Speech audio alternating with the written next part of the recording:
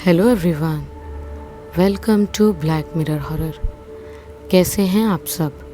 I hope आप सब ठीक होंगे। आज मैं आप सभी के लिए कच्चा कलवा की कहानी का तीसरा और आखिरी भाग लेकर आई हूँ और उम्मीद करती हूँ कि आपको ये कहानी पसंद आ रही होगी। कहानी पसंद आए तो इस वीडियो को लाइक और चैनल को सब्सक्राइब ज़रूर कीजिएगा और साथ ही बेल आइकन ऑन करना ना भूलें, जिससे आपको हमारी कहानियों की सारी नोटिफिकेशंस मिलती रहे। तो चलिए सुनते हैं हमारी आगे की कहानी। अब तक आपने सुना होगा कैसे उसके बच्चे ने कई लोगों को मार दिया था, यानी कविता के बेटे ने, जिसे उसने कच्चा कलवा के रूप में सिद्ध किया था, उसने उसके घर के सभी लोगों को लगभग मार दिया था। गांव के लोग कविता को तो नहीं समझकर उसे जलाने वाले थे, पर उसके बच्चे ने उसे बचा लिया और जितने भी लोग थे वहाँ सभी के सभी मारे गए। वहीं कविता ने अपने बच्चे को भोग देने से मना कर दिया तो वो उसके हाथ का खून पीने लगा। अगर आप सब ने अभी तक इस कहानी के पिछले 2 भाग नहीं सुने हैं तो पहले उसे सुन ले, वरना आपको आगे की कहानी समझ में नहीं आएगी। तो आइए सुनते हैं इस कहानी में आगे क्या हुआ। कविता ज़ोर से चीख उठी। उसका बच्चा उसके हाथ का खून पी रहा था। कविता को काफ़ी दर्द हो रहा था। उस बच्चे ने कविता को देखकर मुस्कुराते हुए कहा, माँ, बहुत स्वादिष्ट खून है, पीकर भूख मिट गई। कविता को अब वो बिल्कुल भी नॉर्मल नहीं लग रहा था, पर फिर भी उसने सोचा कि ज़्यादा भूख लगने के कारण ऐसा कर सकता है। खैर, सुबह होते ही कविता अपने बच्चे के लिए ढेर सारा मांस लेकर आ गई और उसे खाने के लिए दे दिया। उसे खाने के बाद बच्चे की भूख शांत हो गई, लेकिन उस बच्चे ने कविता की ओर देखते हुए बोला, माँ, अब मेरा भूख मरे हुए जानवरों से नहीं मिटने वाला। मुझे ज़िंदा इंसान लाकर देना, तभी मेरी भूख शांत होगी। कविता ये सुनकर एकदम से चौंक गई थी। दिन पे दिन उसकी मांग बढ़ते ही जा रही थी। अब कविता के साथ ऐसा होने लगता था जैसे वो किसी को आंख उठाकर देख ले तो उसकी रात में बुरी तरह से मौत हो जाती थी। कभी कभी मृत का शरीर सड़ा हुआ मिलता और कभी कभी आधा खाया हुआ मिलता, पर कविता इन सब के लिए कुछ भी नहीं कर पा रही थी। वो कविता के रोकने से भी नहीं रुकता था। वहीं एक दिन कविता बिस्तर पर लेटी हुई थी। उसका बेटा फिर से खून के लिए तड़प रहा था। अक्सर वो पलंग के एक कोने पर बैठा रहता था। आज वो कविता के कान के पास आते हुए बोला, माँ, आज मुझे खून की प्यास लगी है। कविता ने इरिटेट होते हुए कहा, हाँ तो मेरा खून पी ले। इतना कहकर कविता ने सोने की कोशिश की। जैसे ही उसके बच्चे ने अपने नुकीले दांत कविता के हाथों पर गड़ाए ही थे कि अचानक कविता तुरंत उठकर देखने लगी। वो बच्चा कविता को देखकर मुस्कुरा रहा था। कविता ने गुस्से में उसे धक्का देकर कहा, चला जा यहाँ से तू। इसके बाद कविता शांत हो गई। उसका बच्चा उसे देखते हुए उसकी आंखों के सामने से अदृश्य हो गया। कविता उसे खोजने के लिए इधर उधर देख रही थी। अचानक से पंखे के ऊपर बैठकर कविता से बोला, माँ, तुमने सही नहीं किया। इतना कहकर वो इतनी ज़ोर से चिल्लाने लगा कि कविता ने अपने दोनों कानों को बंद कर लिया था। फिर भी उसकी चीखें बिल्कुल साफ सुनाई दे रही थी। कविता के कान के पर्दे फट गए। उसके कानों से खून रिस रहा था। कुछ देर बाद वो आवाज़ जैसे ही शांत हुई, कविता ने तब जाकर गहरी सांस ली, वरना वो तो वहीं बेहोश ही होने वाली थी। खैर, कविता को जैसे तैसे करके उसने वो रात बिताई। अब हर दिन कविता के साथ कुछ न कुछ घटना होने लगी थी। उसका बच्चा उसे दिखाई देना बंद हो गया था। एक दिन कविता अपना काम निपटाकर आंगन में बैठी ही थी कि किसी ने दरवाजे पर दस्तक की। कविता तुरंत उठकर दरवाजे की तरफ बढ़ने लगी। घर के बाहर पोस्टमैन खड़ा था। उसके हाथों में एक चिट्ठी थी। कविता उस चिट्ठी को देखते हुए बोली, ये चिट्ठी किसके लिए है? मेरे लिए तो नहीं। उस पोस्टमैन ने पता देखते हुए कहा, इस पर तो इसी घर का पता है ना, और भेजने का नाम मोहित है। कविता ने तुरंत कहा, हाँ, ये मेरे पति की चिट्ठी है। इसके बाद कविता चिट्ठी को लेकर अंदर आ गई। जैसे उसने चिट्ठी खोलकर देखा तो उसमें एक नोट लिखा हुआ था। कविता उस नोट को पढ़ते हुए बोली, मैं जल्द ही घर आ रहा हूँ, और वो भी अपने मरे हुए शरीर के साथ। ये पढ़कर कविता के पैरों तले ज़मीन खिसक गई। उसे अपनी आंखों पर बिल्कुल यकीन नहीं हो रहा था। उसके थरथराते हाथों से चिट्ठी छूटकर नीचे गिर गई। कविता ने हकलाते हुए कहा, नहीं, ऐसा नहीं हो सकता। ये लिखावट तो मेरे पति की ही है, तो ऐसा कैसे हो सकता है? वो ज़रूर मुझसे गंदा मजाक करने की कोशिश कर रहे हैं। कविता खुद को ये सब बोलकर शांत करने की कोशिश कर रही थी, पर उसका दिल बिल्कुल भी शांत नहीं हो रहा था। मन में काफ़ी घबराहट उभर चुकी थी। वैसे कविता के बड़े परिवार में सिर्फ कविता और उसके पति ही बचे थे। बाकी लोगों की मौत उसी कच्चे कलवे के कारण हो गई थी। कविता को लगने लगा था कहीं उसका बच्चा इस बार उसके पति को भी ना मौत के घाट उतार दे। वहीं कविता ने उसे काफ़ी बुलाया, पर वो उसके सामने नहीं आया। अचानक एक दिन कविता खाना खा रही थी। उतने में उसकी नज़र सामने की तरफ पड़ी तो उसका बच्चा चलता हुआ उसके पास आने लगा। देखने में हमेशा की तरह डरावना नहीं लग रहा था, काफ़ी मासूम सा दिखाई दे रहा था। जैसे ही वो कुछ कदम चलकर कविता के करीब आया ही था, उतने में कविता ने देखा उस बच्चे का शरीर तेज़ी से तड़पने लगा। शरीर बुरी तरह से खून से लथपथ होने लगा। कुछ ही पल में ज़मीन पर गिरकर वो बेहोश हो गया। कविता को बिल्कुल समझ नहीं आ रहा था आखिर ये सब क्या हो रहा है। उतने में कविता का पति मोहित एकदम से आंगन में आया। इस वक्त उसने सिर्फ धोती पहनी हुई थी। कविता अपने पति को देखकर हैरान थी, क्योंकि उसका पति तो शहर में कमाने गया था। कविता ने तुरंत सवाल करते हुए कहा, आप एकदम से यहाँ, और ये क्या पहना है आपने? कविता के सवाल पर मोहित ने कोई जवाब नहीं दिया और ज़मीन पर पड़े उस बच्चे के करीब आकर बैठ गया। मोहित ने अपने पास से लाल रंग के सिंदूर को लिया और उस बच्चे के शरीर पर पोतना शुरू कर दिया। कविता बार बार मोहित से सवाल कर रही थी, पर मोहित जवाब तो दूर उसे देख भी नहीं रहा था। मोहित अच्छी तरह से सिंदूर पोतने के बाद अपनी आंखें बंद करके बिल्कुल ध्यान अवस्था में बैठा हुआ था, और जैसे ही वो साधना कर रहा हो, वहीं सिंदूर में लिपटा उसका बच्चा कविता को देखे जा रहा था। थोड़ी देर में मोहित ने उस बच्चे को हाथ में लिया और ज़ोर ज़ोर से अजीब से मंत्र पढ़ने लगा। जैसे ही मंत्र की आवाज़ घर में गूंजने लगी, वहीं मोहित के हाथ में जो कविता का बच्चा था आग में जलने लगा। कविता को उसकी आंखों पर यकीन नहीं हो रहा था।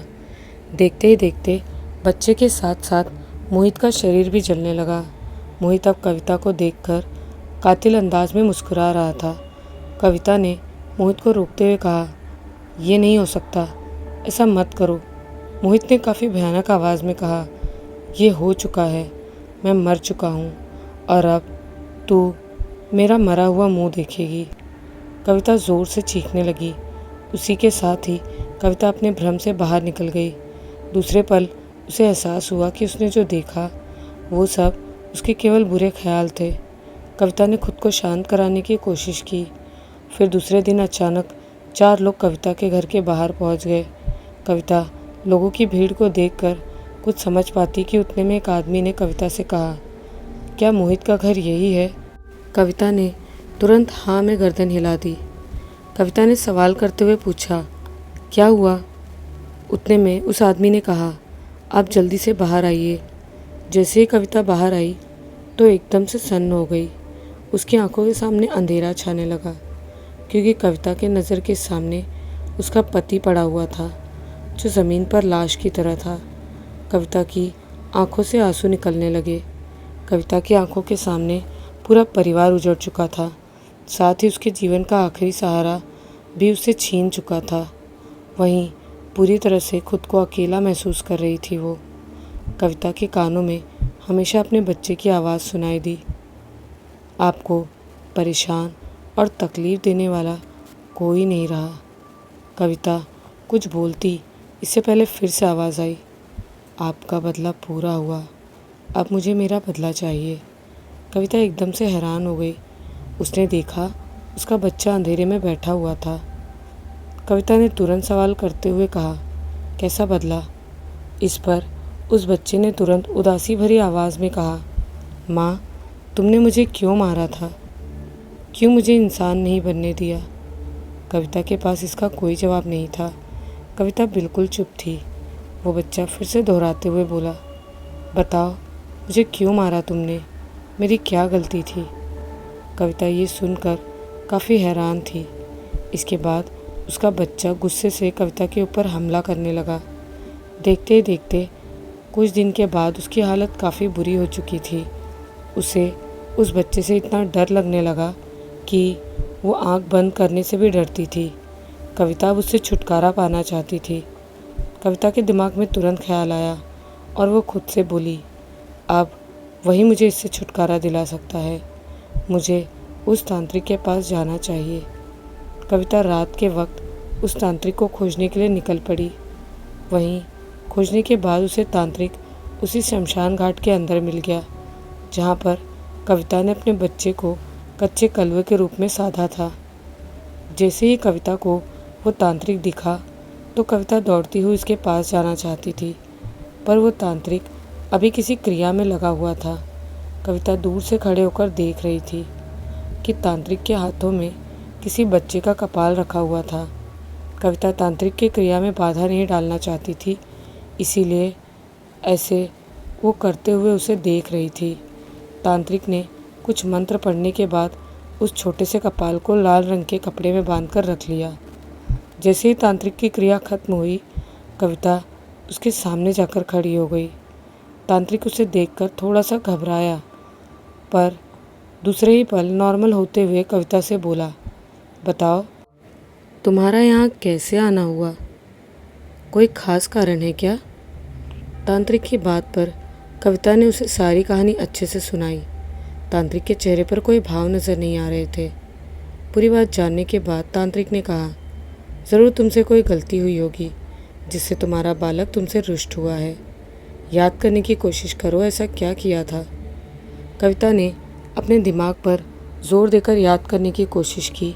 तभी उसे याद आया कि रात के वक्त जब दोबारा उससे उसका बच्चा खून मांग रहा था तो उसने उसे धक्का देकर भगा दिया था।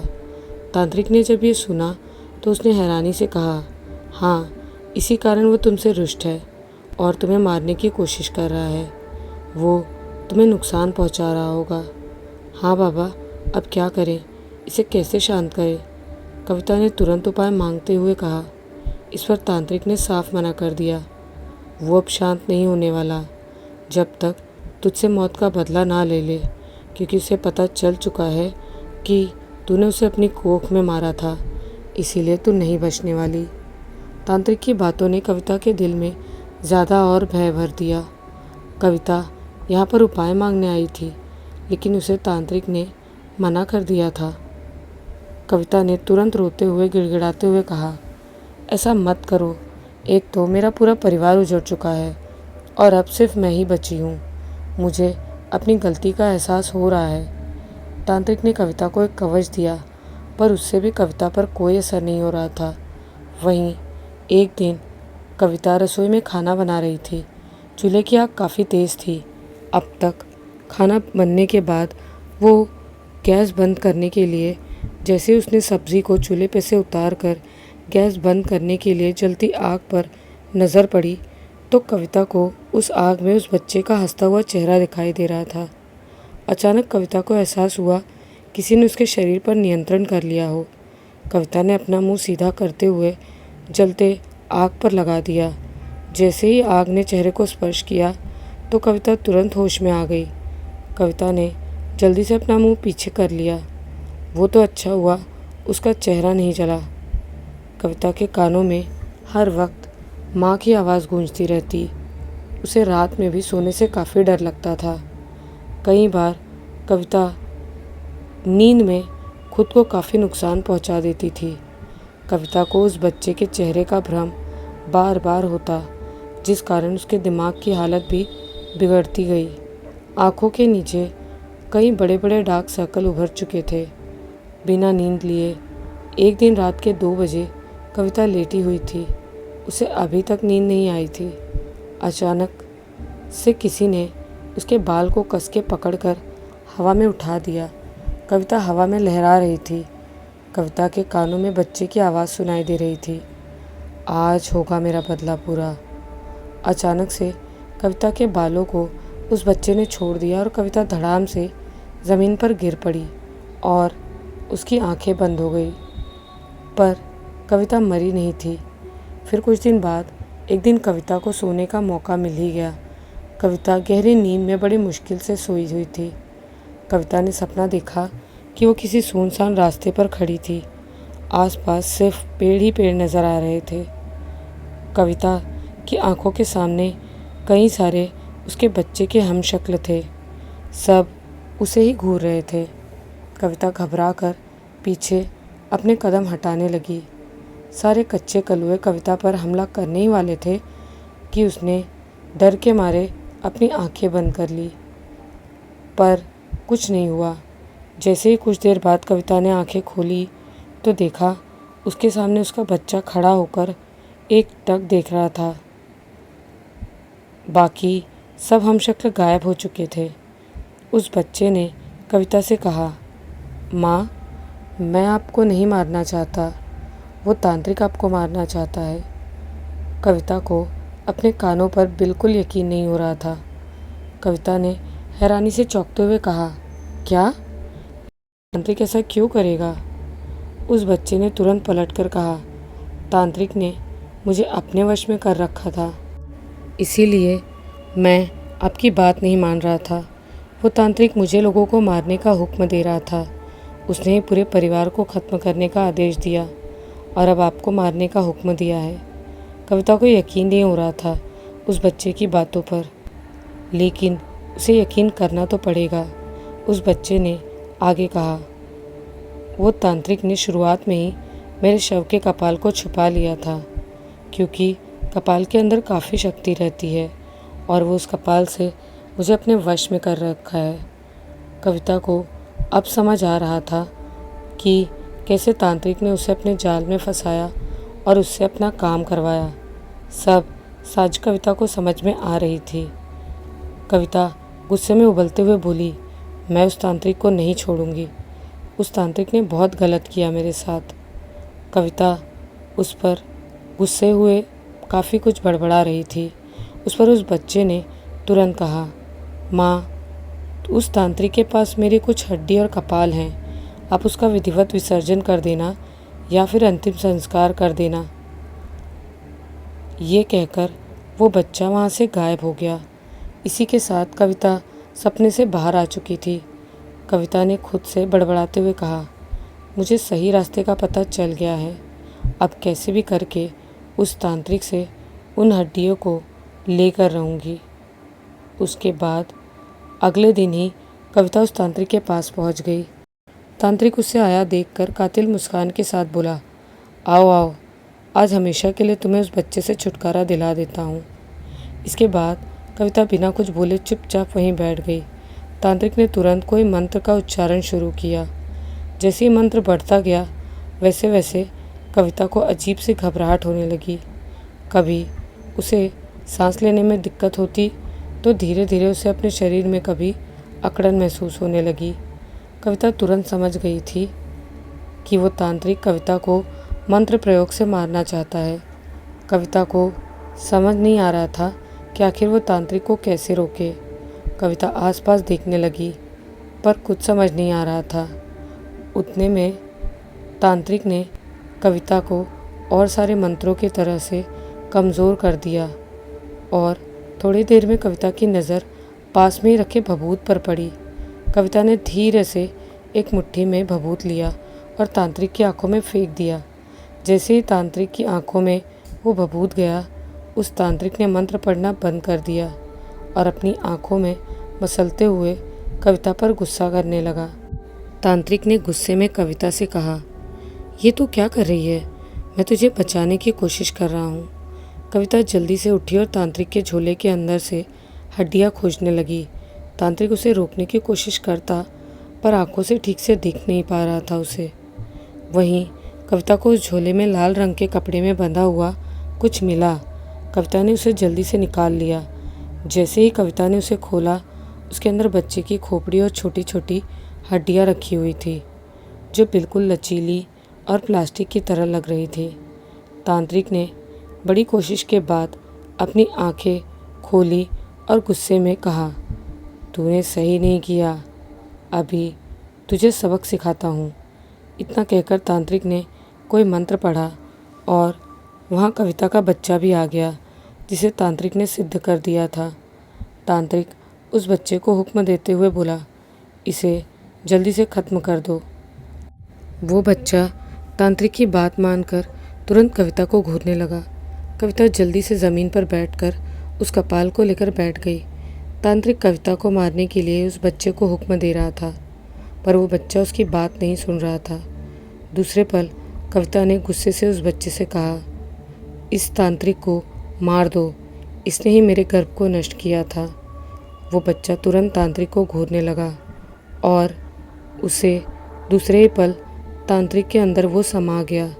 तांत्रिक अपने शरीर से काबू खोने लगा। तांत्रिक कराहते हुए आवाज़ में बोला, मुझे छोड़ दो कविता, ये तो ठीक नहीं कर रही है। अचानक तांत्रिक ने पास में जली हुई चिता के अंगारे को अपने हाथ में उठाकर मुंह में डालने लगा। तांत्रिक का शरीर तेज़ी से थरथरा रहा था। मुंह में अंगारा जाते ही तांत्रिक की ज़ोर से चीख निकली। उसके बाद ही तांत्रिक के गले से आवाज़ निकलना बंद हो गई। वो काफ़ी तड़पे जा रहा था। उसके बाद उसने जो आग लगाई थी, उसके अंदर हाथ डालकर आग निकाल ली और खुद के ऊपर डालने लगा। आग में हल्का तरल पदार्थ होने के कारण तांत्रिक के शरीर पर आग लगने लगी। उसके कपड़ों में तेज़ी से आग लग गई। देखते ही देखते तांत्रिक का शरीर तेज़ी से जलने लगा। कब उसका पूरा शरीर आग में झुलस गया, उसे पता ही नहीं लगा। तांत्रिक का शरीर ज़मीन पर राख की तरह बिखरने लगा। अब तांत्रिक का किस्सा समाप्त हो चुका था। उसी के साथ वो बच्चा भी कविता के सामने आ चुका था। कविता भी ये भयानक मंजर देखकर काफ़ी ज़्यादा सहम चुकी थी। कविता ने उस बच्चे से माफ़ी मांगते हुए कहा, मेरी गलती की कोई माफ़ी नहीं है, मुझे भी सज़ा दे दो। इस पर उस बच्चे ने कहा, नहीं, तुम्हें मेरी हड्डियों को विधिवत विसर्जन करना होगा, इसके बाद मैं मुक्त हो पाऊँगा। मुझे मुक्ति चाहिए। कविता ने उसे यकीन दिलाते हुए कहा, मैं कल ही ये क्रिया करवा के तुम्हें मुक्ति दूंगी। अगले दिन कविता किसी पंडित से अच्छी तरह वैदिक मंत्रों द्वारा उसका अंतिम संस्कार करके उसे जल में विसर्जित कर दिया। इसके बाद ही उस बच्चे की मुक्ति हो गई। कविता की आंखों से आंसुओं की धार बह रही थी। जिससे अच्छे से पालन पोषण करना चाहिए था, उसका ही अंतिम संस्कार कर रही थी। खैर, इसके बाद कविता वापस अपने घर आ गई। कविता ने पछतावे में अपनी पूरी ज़िंदगी अकेले ही बिता दी, पर अब भी उसके आसपास उस बच्चे की आत्मा दिखाई देती है और उससे बातें करती है। तो इसी के साथ हमारी ये कहानी यहीं पर ख़त्म हुई। उम्मीद करती हूँ कि आपको ये कहानी पसंद आई होगी। कहानी कैसी लगी हमें कमेंट्स में ज़रूर बताइएगा। मिलती हूँ एक नए वीडियो में कुछ ऐसी ही नई और डरावनी कहानियों के साथ। तब तक के लिए बाय एंड टेक केयर।